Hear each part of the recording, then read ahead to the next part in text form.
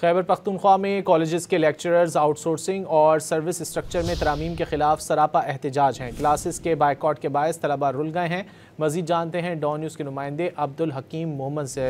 बताइए अब्दुल हकीम।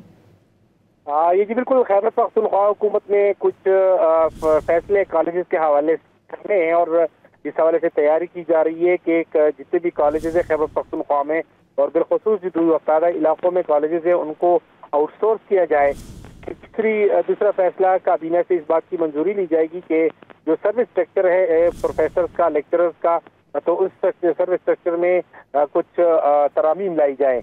इन दो फैसलों के खिलाफ जो लेक्चरर और प्रोफेसर है खैबर पख्तूनख्वा के कॉलेज के वो सरापा एहतजाज है और उन्हें टोकन एहतजाज का ऐलान किया हुआ है। तमाम कॉलेजेस में 10 बजे के बाद क्लासेस से बाइकाट किया जा रहा है और हड़ताल की जा रही है। ताहम एक अहम इजलास ईद के दिन जो एसोसिएशन है प्रोफेसर और एसोसिएशन खैबर पख्तूनख्वा का, उनको तलब किया गया है गवर्नमेंट कॉलेज पेशावर में, जहाँ पे अहम फैसले मुतवक्के हैं। अब्दुल हकीम मोहम्मद, बहुत शुक्रिया इन तफसीलात के लिए।